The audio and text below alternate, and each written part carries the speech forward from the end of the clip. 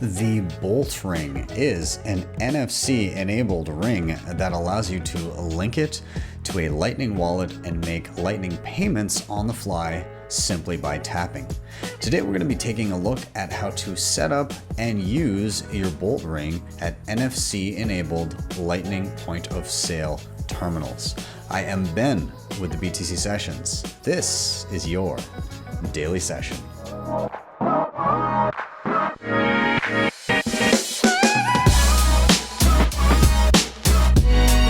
HODL the Bitcoin. Before we dive in, quick shout out to sponsors of the show, HodlHodl.com.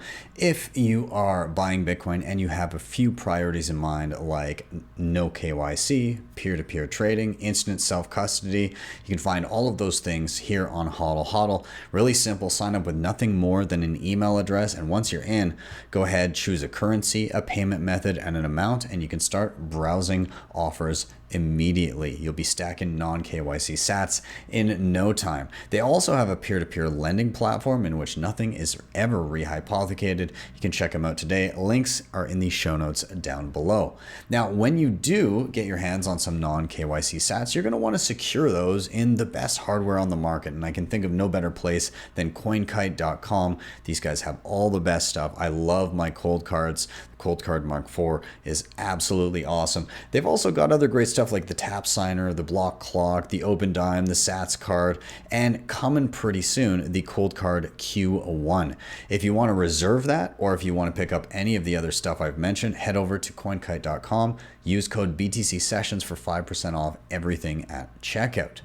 Now, if you're looking to go beyond just single sig in terms of securing your stack and you want to dive into the realm of multi-sig, Nunchuk.io has an awesome assisted multi-sig plan called Honey Badger. So basically the way it is they will hold a single key and be your signer of last resort, but you will have 3 keys yourself, and it is super easy to set up on your mobile device. It works with great things like the Tap Signer and the Cold Card and a ton of other hardware options.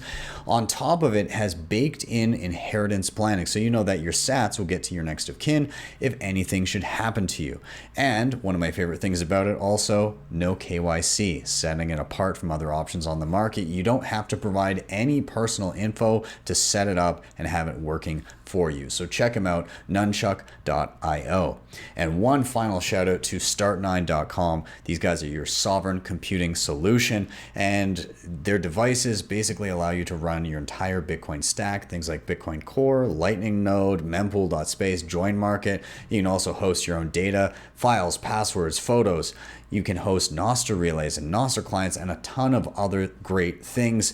They've got everything from entry-level devices all the way up to your Pro Star options, which I've got coming in the mail pretty soon here. I'm upgrading my device, and yeah, love everything these guys are doing. So be sure to check them out, start9.com. And with that, let's dive into the tutorial.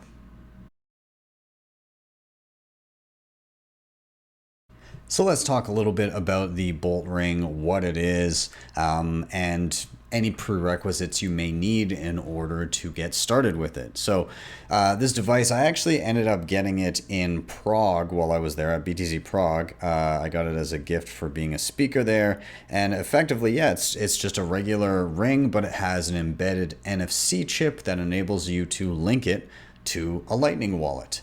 And it came in this cool little case, and inside of it were shredded euros. It was sitting in a bed of shredded euros as you're actually taking it out. So you can use this thing to basically set it up with a Lightning wallet. In terms of what you might need to know in advance, pretty simple. I mean, if you can navigate to a website called LNBits, and I'll provide that link below, it's pretty self-explanatory in terms of you don't need a ton of prerequisite knowledge to run it. You're going to need access to a phone that has NFC on it in order to actually program the ring itself, and you're going to download an application, which I'll advise you on momentarily. Other than that, you're going to need some funds on Lightning, and so you can basically so you can fund the ring so that you can actually tap and make payments. If you do not know how to get Bitcoin from regular on-chain into a Lightning wallet, I recommend you go check out a recent video I did on Phoenix Wallet, which is just a mobile one. You can send a regular Bitcoin transaction to it, and it will be available via the Lightning Network as soon as it lands. But nonetheless, all of that will be linked down below. All of the relevant links will be there, and you can get all the resources you need. Outside of that, yeah, it's pretty simple, and we'll demo how to actually use it for payments. Just some basic demos showing how it actually functions in the wild. Outside of that, not a ton of other prerequisite knowledge required, just knowing in general how to use Lightning, and you'll be fine. So this is the website for the Bolt ring. It is bitcoin-ring.com. Now, at the time of recording this video, you can't yet purchase one of these rings, but you can drop your email and be updated as soon as they're available. And who knows, by the time I drop this or by the time you're watching it, you may be able to just order one in. Nonetheless, it does also, the exact same flow that we're going to do here also applies to another thing that these guys make, which is the Bolt card, which is just an NFC tap card that you can store in your wallet. It functions exactly the same way. It links up to a Lightning wallet. You tap to pay at any Lightning merchant that accepts NFC. So exact same flow. So, you know, you can grab one of these cards and go through the exact same thing, and functionally it'll work the same as the ring. What you're going to need to download is this application called Bolt Card NFC Card Creator. This is on Android only, I believe. However, if you head over to docs.bolt-ring.com, they have all of the ring documentation there, how it works, and there are ways to do it without this Google Play application. And so you can look at those as alternatives. And finally, you're also going to be utilizing LNBits. Okay, now there's a couple different ways to do this. You can do it just on legend.lnbits.com. However, what I'll say about it is at times there can be liquidity issues, and routing payments can be a bit of a pain in the butt for anything decently large. So keep that in mind from time to time. It's not going to be super reliable. It's more for experimentation. So you can go ahead, you can play around with it and use it this way. That's totally fine. Just don't put a lot of funds on it here. Obviously, it's a custodial service, so on and so forth. The way I'm going to be utilizing it is actually via Voltage. So I have a Voltage account. This is basically like a cloud run Lightning node where I've set up my own channels and all of that. They don't have access to it. It's encrypted with my own credentials. So, you know, sure, if Voltage goes offline, then I may not have access to this, but also they can't just directly steal my funds. So either way, it's kind of like a go-between. So I do have a Lightning node set up with them, and within their dashboard section, they do have the option to launch LNBits, which I have as well. It looks effectively exactly the same, except for it's hosted via Voltage and very easy to access. Alternatively, I also run a Start9 server. Right now, everything would be behind Tor, but there are updates coming later this year that will allow you on your Start9, and I'll just open it up really quick here. Just a quick shout out to them. I will likely migrate to using LNBits via Start9 as soon as they add ClearNet, because then I'll be able to access it very easily everywhere without having to have Tor browser and so on and so forth. So I do have it running here, but for this example, I'm using Voltage just for the connectivity part of it, for the ease of use there. But eventually, you know, obviously I just want to use my main Lightning node hosted on my main infrastructure. So this will be kind of the gold standard that I will be leaning towards as the year goes on. Nonetheless, I just wanted to show you different options. Fully hosted by LNBits with small amounts, an in-between with something like Voltage where you have a hosted Lightning node, or entirely on your full own infrastructure, and this is the gold standard, but just keep in mind at the time of recording this video it'll be behind Tor, and then eventually you can use it with ClearNet and perhaps some other connection options. So nonetheless, we're going to start off with LNBits. on a page like this, no matter where you're coming from, and we're going to get a wallet set up to link your ring to.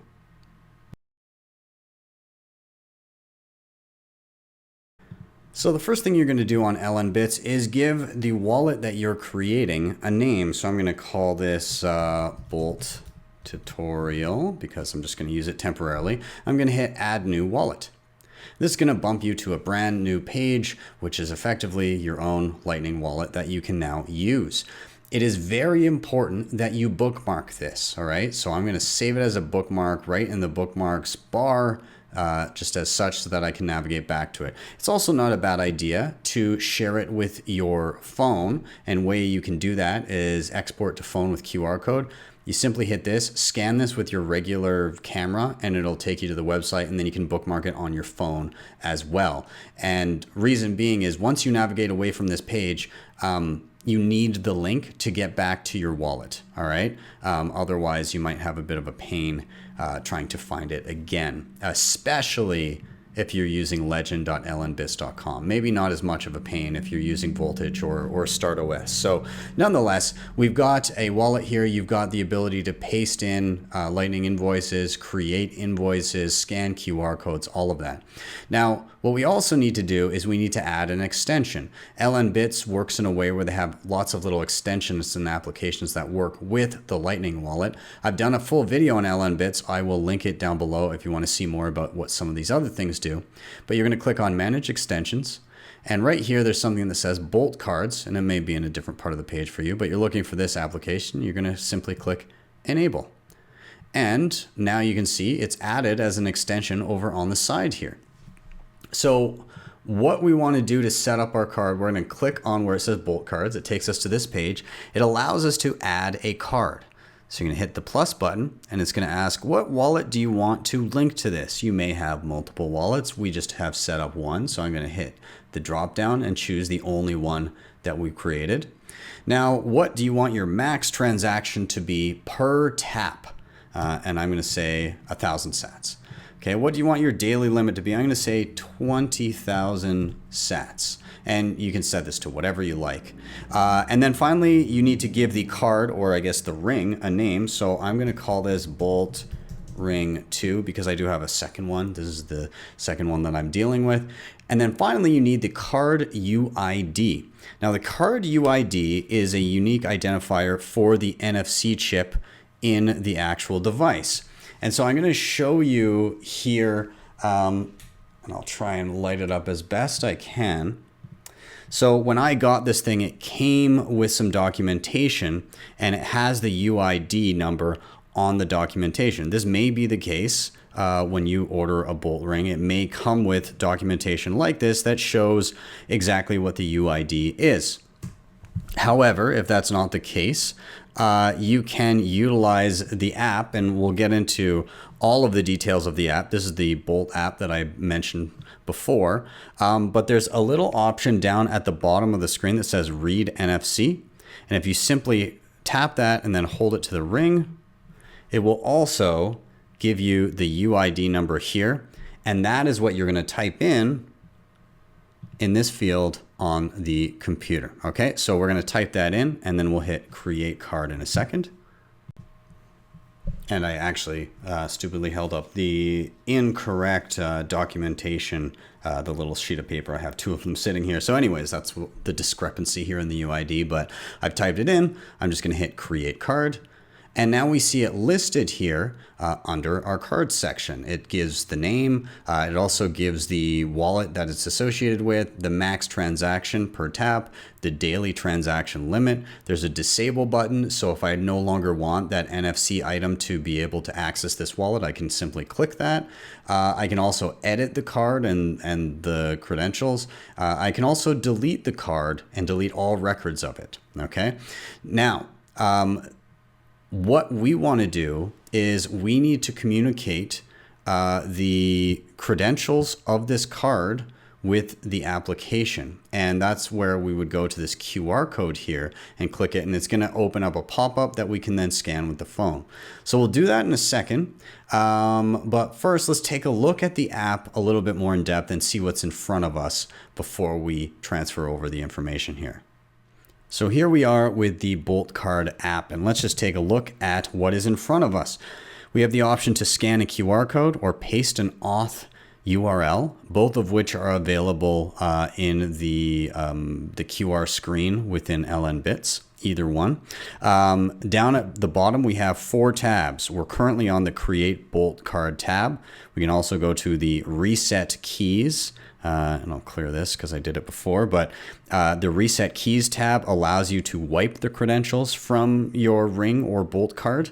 And then finally, the Read NFC screen, which we already saw. We tapped to see the information that was currently held on the Bolt Ring, which we can see the UID, but everything else, all the keys and everything are undefined, meaning there's no information there.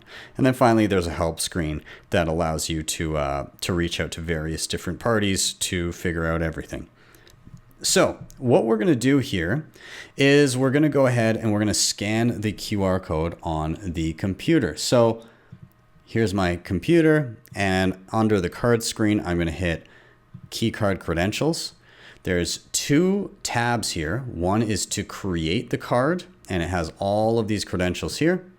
And then the second is to wipe the card. If I do want to wipe off the keys, then you can do that via this screen, and we'll show how to do that afterwards. I'm not going to dive too far into it. It is a good idea to click on wipe data, and it is a string of digits that you can then paste into like a text edit software or whatever, and just save that string of digits somewhere, okay? So just as an example, I'm gonna pull up a text edit option here. So let me get something on the screen. So I just copied that information and I paste it in. I can now just save this as a file and just save it as like wipe Bolt card or something like that. And that will do the trick. It's just, you need this information in order to wipe the information off of your Ring if you ever want to change it. And so if you lose access to this information by losing this data or losing access to this page, then you will not be able to wipe the Ring. It'll be stuck as it is linked to this wallet forever. Okay, so just keep that in mind. And I will say, if you do click the delete card and it deletes all the credentials, it actually saves a little file directly to your computer just in case, so that you can go and wipe the card afterwards if you want to. Nonetheless, we're going to create a new card. We're going to hit create here, and then we're going to go to our application. We're going to hit scan QR code. It opens up your camera. I'm going to scan what was just on the computer screen. It fills all of the information that we need. I have my Ring ready right here, and I'm just going to tap on write card now, and then I'm going to hold this to the Ring, and I see a whole bunch of green check marks, so that seems like everything worked just fine. So now this Ring should be functional to be able to send payments, and it is linked to my LNBits. Now, the last thing we need to do before we actually use the Ring to make a payment is we need to fund the wallet. So we got to send some sats over to it in LNBits. So in order to fund your wallet in LNBits, you're going to click on the wallet in question. You're going to go over to create invoice, and you're going to select the amount that you'd like to receive. For this tutorial, I'm going to send over 20,000 sats, which is our little note. That's our daily spending limit that we established. And we're going to hit create invoice. And that creates a QR code you can scan with a Lightning wallet, or you can copy the invoice and then paste it in to a Lightning wallet if you so choose. For this example, I've just got Wallet of Satoshi pulled up. Yes, I know it's a custodial wallet, I know, but it has NFC functionality, so that's just why I'm using it as an example. And nonetheless, the Ring itself is on my own infrastructure. So, but yeah, be advised, Wallet of Satoshi, you don't want to have more money there than you would be extremely upset about losing. So Same goes with any custodial wallet. Nonetheless, I have a QR code up on my computer screen. That is an invoice. So I'm just going to hit send here in Wallet of Satoshi and scan it. It brings up the invoice. It says, hey, 20,000 sats. Are we good? I'm going to hit send. It should go off no problem. Okay, so that feasibly has now hopefully landed here. So I'm just going to close this. And sometimes what you need to do is refresh the screen. And there we can see there's our transaction and it's showing down below. So our wallet is now funded. And that means that this Bolt card that's linked to it should now, or this Bolt ring, should now be linked to this wallet. And any payment that we do should come through on this wallet and we should be able to see it.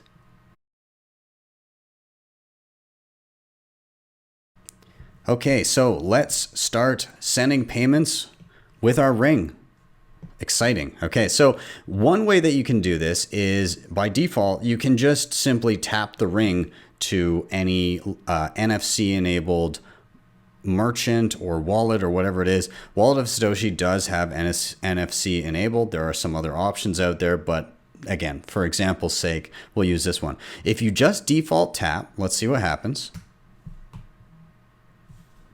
It is going to default to your maximum per transaction limit. Okay, so it's going to default to 1,000 sats. It'll say, hey, do you want to redeem this 1,000 sats? I'm going to hit receive. Okay, so we can see we've received 1,000 sats. And if we head over here to LNBits, I'll refresh. And we're down to 18,999 sats. So we spent 1,000 and there was a 1 sat fee to send it. And actually less than that if you look. It was 650 millisats. So millisats, there's 1,000 millisats in a sat. You can have less than a sat, you know. Anyways, besides the point, payment was successful. Fantastic. Now, the other instance that you can use the ring is you can actually, a merchant could create an invoice, so add a specific amount, say 100 sats, and generate that invoice. And as long as it's below the limit threshold that we've set, if I tap, it will actually trigger a payment for the specific amount that was requested.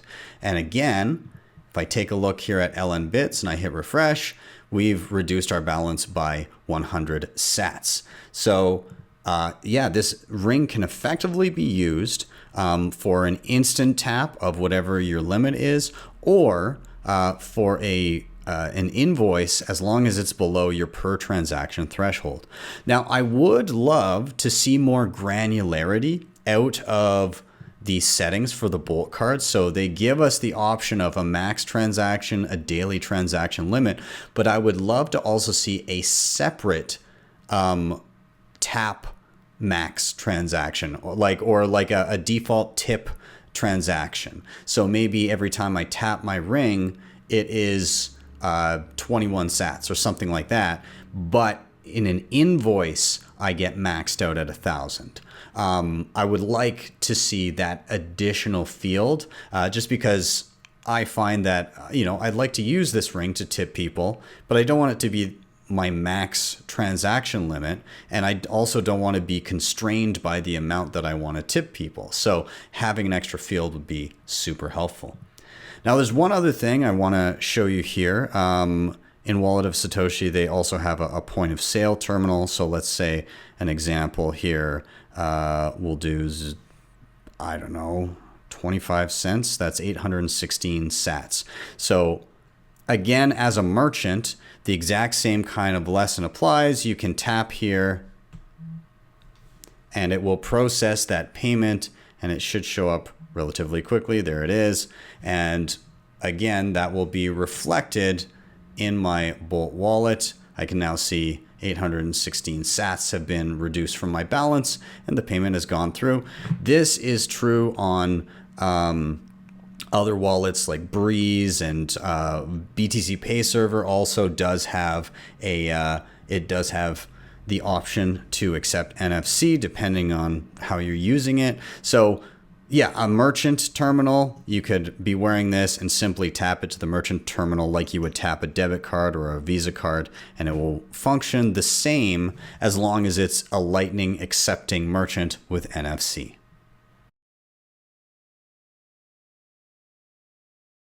So let's say that you want to actually get rid of the ring and you don't want it linked to this wallet anymore. How do you go about that? So you can go into Bolt Cards and you have a couple different options. If you just want to temporarily disable the ring, simply hit the disable button. Okay, now it can't make payments. I can tap all I want. It's not going to be linked to this wallet anymore. If I want it working again, enable, there we go. Now, what if I actually want to wipe the credentials on the ring? Now, to be clear here, wiping the ring does not get rid of my money. I still have an LNBits wallet that has funds in it that I can access from my dashboard here. So you don't need to worry about that. If you want all this off, you can send it out to other Lightning wallets. That's fine. But besides the point, we want to wipe the ring. How do we do that? Well, we go back into this QR code here and we go to wipe. And then we're going to pull up our phone and we're going to use that Bolt Card app. So I'm going to open up the Bolt Card app and we're going to go down to the bottom where it says reset keys. And we're going to choose scan QR code and we're going to scan the QR code that was just up on the screen under wipe. It gives all of the appropriate information that we need in order to wipe the device in question. So I'm simply going to hit reset card now. I'm going to hold it to my ring and then it says, hey, everything has been wiped and cleared and the ring is good to be reset however you want. And there we are. Okay. So I can basically hit reset. Screen is clear. I can now set up a new ring or a new card or whatever it is. And then back in LNBits, I can actually go and I can hit delete card from the same screen. And notice it just downloaded a little file in the bottom right. That is the wipe details that I need just in case I didn't actually go through and wipe my credentials. And it does give me the, are you sure you want to delete this card? Without access to the card keys, you won't be able to reset them in the future. And it actually warns me before, it still downloads the file, but it actually warns me before I go ahead and I actually delete the credentials and it still backed them up just in case. So that's actually very well thought out. So kudos to LNBits. I'm gonna hit OK and I'm going to hit refresh and look, no more cards. Everything's gone. I have the backup here just in case I want to wipe that thing, the device if I hadn't done it. And my wallet is still accessible. I can still send and receive payments from this wallet. I can still add cards or rings or whatever other form of jewelry may be NFC enabled for small payments. So yeah, we're back to where we started and we can use the Bolt Card extension as we see fit and program that ring as we see fit as well. Thank you guys so much for watching. As always, please do like, subscribe, share. All those things really do help a ton. They help getting this content in front of more eyeballs. And leave comments down below. I always love hearing from you guys on what you thought of anything that I cover. Now, if you want to help the show in another way, you can hit up the previously mentioned sponsors in the show notes. Those were HodlHodl, CoinKite, Nunchuk, and Start9. And if you really liked what you saw, you can always head over to my website, btcsessions.ca. There's a ton of free content there, but if you do need some additional hand-holding, you can book me for private one-on-one online sessions over here on the right. Or if you just really liked what you saw and you want to drop a tip, just scroll down a little bit. There's an LN URL that you can scan and leave lightning tips, or if you click the thing, it'll actually take you to my geyser page and you can actually leave little comments there as well, which are always cool to see. And with that, I am out. Have yourselves a wonderful day or evening. See you guys next time for your daily session.